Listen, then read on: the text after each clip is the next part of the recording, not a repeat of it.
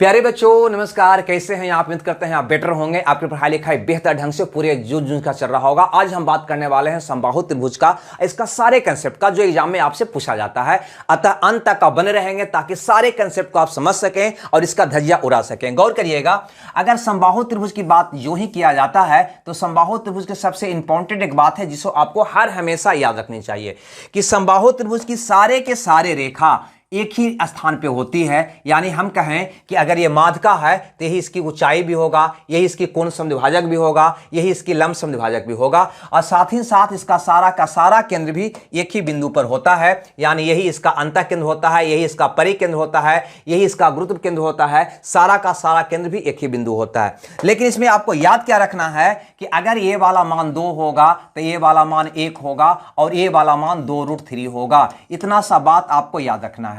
Clear है? ये आपका पहली बात हुई भाई, है ना। अगर ये याद रखते हैं तो समबाहु त्रिभुज का टोटल क्वेश्चन आपको इसी में प्रॉपर्टी से आपका बन जाएगा। ठीक है भाई। अब यहां पे एक बात और आपको क्या याद रखना है कि कोई भी समबाहु त्रिभुज में अगर अंदर में कोई बिंदु मान लो यहां पर एक बिंदु P दे दिया गया है और इससे तीनों भुजा पर डाला गया लंब की लंबाई दे दे, यहां से ए वाला और यहां से ए वाला, ये तीनों भुजा से डाला गया लंब की लंबाई मान लो ये आपको कह दे H1 है, ए वाला कह दे H2 है और ए वाला कह दे H3 है। तो याद रखिएगा इसका जो ऊंचाई होगा ना, ये वाला ए वाला इसका जो ऊंचाई होगा ना, ये तीनों के योग के बराबर होगा, H1 plus H2 plus H3। ये इसकी दूसरी बात आप याद रखेंगे। इसके अलावा कोई भी बात आपको याद रखने की आवश्यकता नहीं है ना। और थोड़ा बहुत फंडामेंटल आप तो जानते ही होंगे कि समबाहु त्रिभुज में अगर अंदर से तीनों भुजाओं को टच करते हुए कोई वृत्त खींचा जाता है तो इसको कहते हैं अंतःवृत्त। क्या कहते हैं भैया? अंतःवृत्त। इसकी त्रिज्या क्या होगा? ई वाला होगा। जो वहां पे गौर से देखो कितना है? 1 है। कितना है भैया? 1 है। और अगर समबाहु त्रिभुज के तीनों शीर्ष से होकर कोई वृत्त खींचा जाए, अगर समबाहु त्रिभुज के तीनों शीर्ष से होकर कोई वृत्त खींचा जाए तो इस वृत्त को कहते हैं परिवृत्त। क्या कहते हैं? परिवृत्त। क्लियर है भाई? यहां तक किन्हीं को दिक्कत? इस वृत्त को क्या कहते हैं? परिवृत्त कहते हैं। इसकी जो त्रिज्या होती है ना, ये वाला केंद्र से ऊपर वाला, यानी कि ये दू यही वाला है ना, ए वाला। क्लियर है? इसकी ऊंचाई की अगर बात किया जाए तो आप पहले ही देख चुके हैं कि समबाहु त्रिभुज की ऊंचाई कौन होगा? ए वाला होगा। ये वाला इसकी ऊंचाई होगा, शीर्षलंब कहो, ऊंचाई कहो, जो भी कहना है कहो, यही इसकी ऊंचाई हो जाएगा और यही इसकी माध्यिका हो जाएगा और यही इसकी कोण समद्विभाजक हो जाएगा। कोण समद्विभाजक हो जाएगा।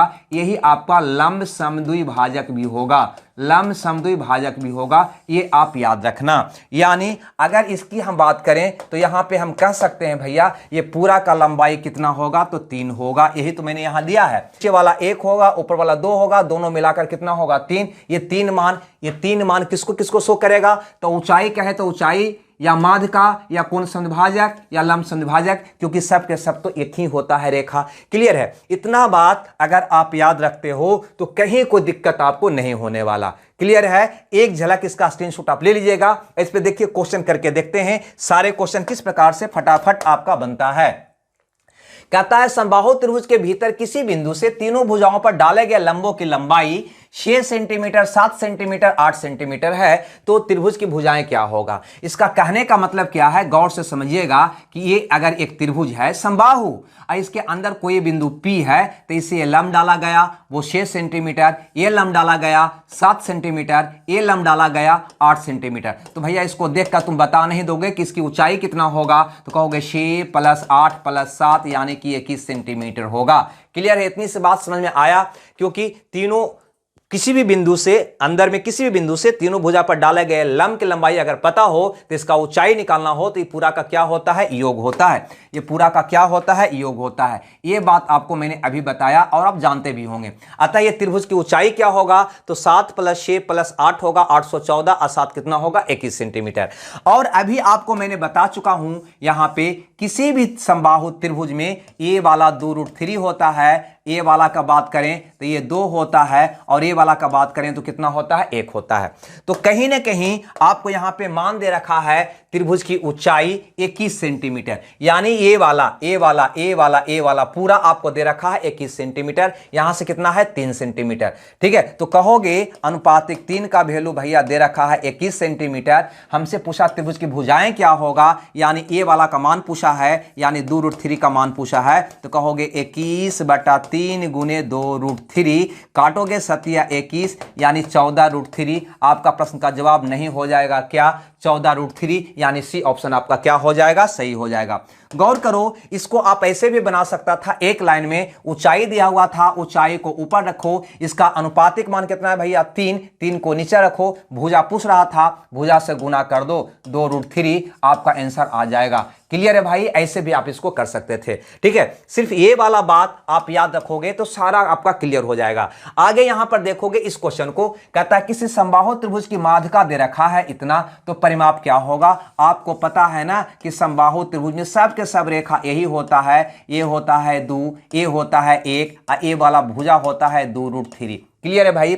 अब यहां पे ये क्या दे रखा है, माध्यिका 6√3, माध्यिका ये यहां से यहां तक, यही तो इसका माध्यिका हो गया, जो वाला माप दिया हुआ है 6√3। और अगर आप अनुपातिक में देखोगे तो कितना दिया हुआ है 3, तो 3 का वैल्यू हो गया 6√3, तो कहोगे भैया 6√3 वैल्यू को ऊपर, इसका अनुपातिक मान को नीचे लिख दो, और जो पूछा जा रहा है उससे गुना कर दो। क्या पूछा जा रहा है, परिमाप यानी तीनों भुजाओं का योग। ये एक भुजा है 2√3, तो ये भी 2√3, ये भी 2√3, तो तीनों का योग कितना होगा, 2×6√3 हो जाएगा। बस 6√3 से गुना कर दीजिए, आपका आंसर आ जाएगा। यही आपका क्या हो जाएगा, परिमाप हो जाएगा। क्लियर है, जो निकालना होता है ना उससे गुना कर देते हैं। वैल्यू को ऊपर रख दीजिए, वैल्यू का अनुपातिक मान नीचे, और जो निकालना है उससे गुना कर दो, आपका आंसर आ जाएगा। काटिएगा तो यहां पे कट जाएगा, 3 दूनी के 6, गुना करिएगा तो 6 दूनी 12, 36 सेंटीमीटर आपका प्रश्न का जवाब होगा, यानी ए वाला ऑप्शन। अथवा इसको ऐसे भी आप देख सकते थे, ऐसी बात नहीं है, आपकी मर्जी किस प्रकार से इसको देखते हैं। माध्यिका 6√3 सेंटीमीटर दिया हुआ था, यहां से माध्यिका कितना है 3, तो आप कह सकता था 3 का वैल्यू हो गया 6√3, तो इसकी परिमाप क्या होगा, तो 2√3, एक भुजा है तो ये भी 2√3, ये भी 2√3, तो ये हो जाता 2×6√3, यानी कि 6√3/3 गुना 6√3, ऐसे भी आप कर सकता था। तो यहां से भैया आपको 3 से √3 कट जाएगा, 6×36 सेंटीमीटर आपका प्रश्न का जवाब होता। ऐसे भी आप कर सकते थे, जैसे आपकी मर्जी। आगे यहां पर समझिएगा इस क्वेश्चन को, क्वेश्चन नंबर 3 को। ये क्या कहता है, यहां पे गौर से देखिएगा, किसी समबाहु त्रिभुज की आंतरिक त्रिज्या यानी अंतःवृत्त की त्रिज्या। गौर करो, समबाहु त्रिभुज में बस इतना ही सी बात हम जानते हैं, ए वाला है ना, ए वाला 2 होता है, ए वाला 1 होता है, ए वाला 2√3 होता है। यही बात मैं जानता हूं, जिससे ज्यादा कुछ भी नहीं। ये जो बड़का वाला होता है वो परिवृत्त का त्रिज्या होता है, छोटका वाला जो होता है अंतःवृत्त का त्रिज्या होता है। यहां पे हम लिख देता है, यह होता है अंतःवृत्त का त्रिज्या, अंतःवृत्त का त्रिज्या, और ये वाला जो हुआ वो क्या हुआ, परिवृत्त का त्रिज्या, परिवृत्त का त्रिज्या। हम शुरू में ये बात मैंने आपको बता दिया है। ठीक है, बस अब बना डालिए, आंतरिक वृत्त की त्रिज्या √3, यानी कि वैल्यू आपको दे रखा है √3, किसका वैल्यू है, अंतःवृत्त का त्रिज्या का, जो अनुपातिक रूप में कितना है 1, तब वैल्यू का अनुपातिक मान नीचे। पूछा जा रहा है त्रिभुज का परिमाप, यानी तीनों भुजा का योग, 2√3, 2√3, 2√3 हो जाएगा 6√3, है ना। जो पूछा जाए उससे गुना कर देना। अनुपात के रूप में परिमाप क्या होगा, 2√3, 2√3, 2√3, 6√3 हो जाएगा। उसका मान निकालना है, उससे गुना कर देना, आपका आंसर आ जाएगा। कितना आएगा भैया, तो 18, √3 √3 3, 3×18 सेंटीमीटर, यानी आपका उत्तर हो जाएगा ए। अथवा इसको अनुपातिक रूप से भी तुम देख सकता था, आपकी मर्जी। यहां पे अंतःवृत्त की त्रिज्या दे रखा था 3 सेंटीमीटर, और यहां पे है 1, तो हम कहते 1 का वैल्यू हो गया √3 सेंटीमीटर। तो तीनों भुजाओं का योग 6√3 का मान क्या होगा, ऐसे भी आप कर सकते थे। तो कहते √3/1 गुना 6√3, आपका आंसर वही आता।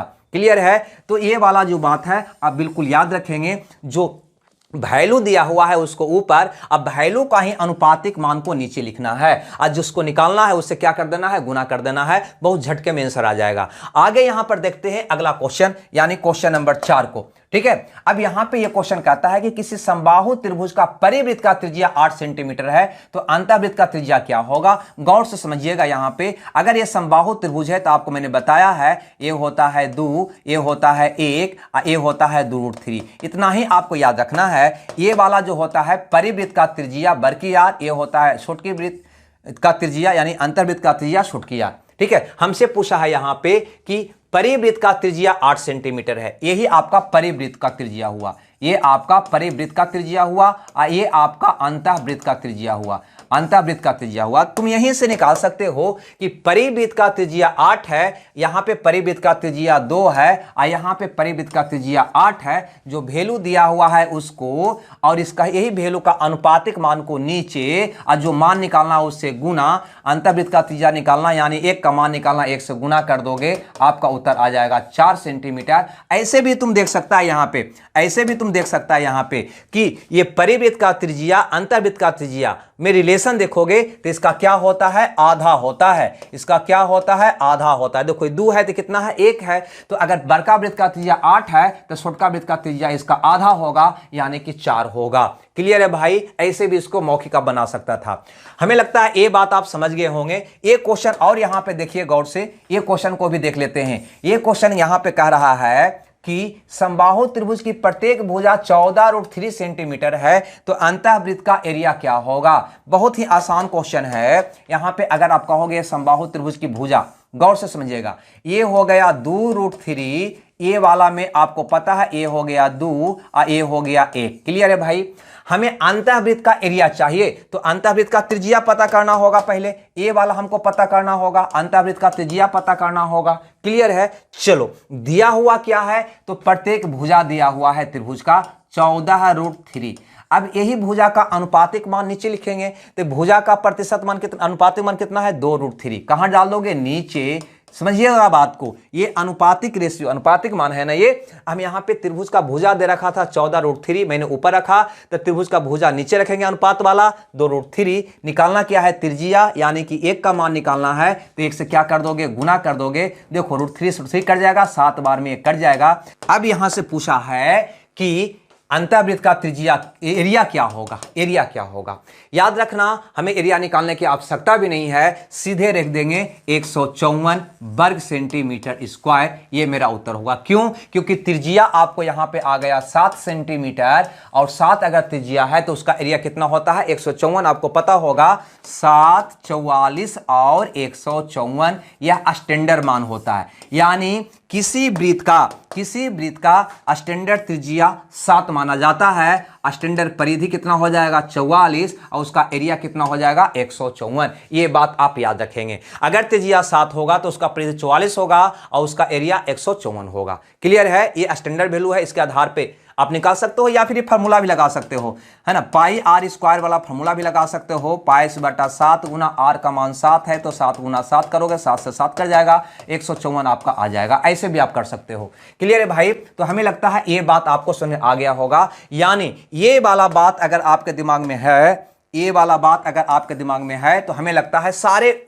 समबाहु त्रिभुज के क्वेश्चन को आप सेकेंडों में हल कर लेंगे। ठीक है। अतः आपको याद क्या रखना है, सबसे पहले तो ये 2, 1, 2√3, ये वाला मान क्या होता है, परिवृत्त का त्रिज्या ये क्या होता है, अंतःवृत्त का त्रिज्या ये क्या हो गया, इसका भुजा हो गया। और ये वाला लाइन क्या हुआ तो ये वाला लाइन सब लाइन हो गया। आपका माध्यिका भी यही हो गया। माध्यिका कहो या ऊंचाई कहो या फिर कोण समद्विभाजक कहो, कोण समद्विभाजक कहो या फिर लंब समद्विभाजक कहो, लंब समद्विभाजक कहो, सब के सब यही रेखा होगा। ये आपको याद रखना है। और ये वाला केंद्र सब के सब केंद्र यही होगा। यही अंतः केंद्र, परिकेंद्र, लंब केंद्र, है ना, मध्य केंद्र, सब के सब केंद्र यही होगा।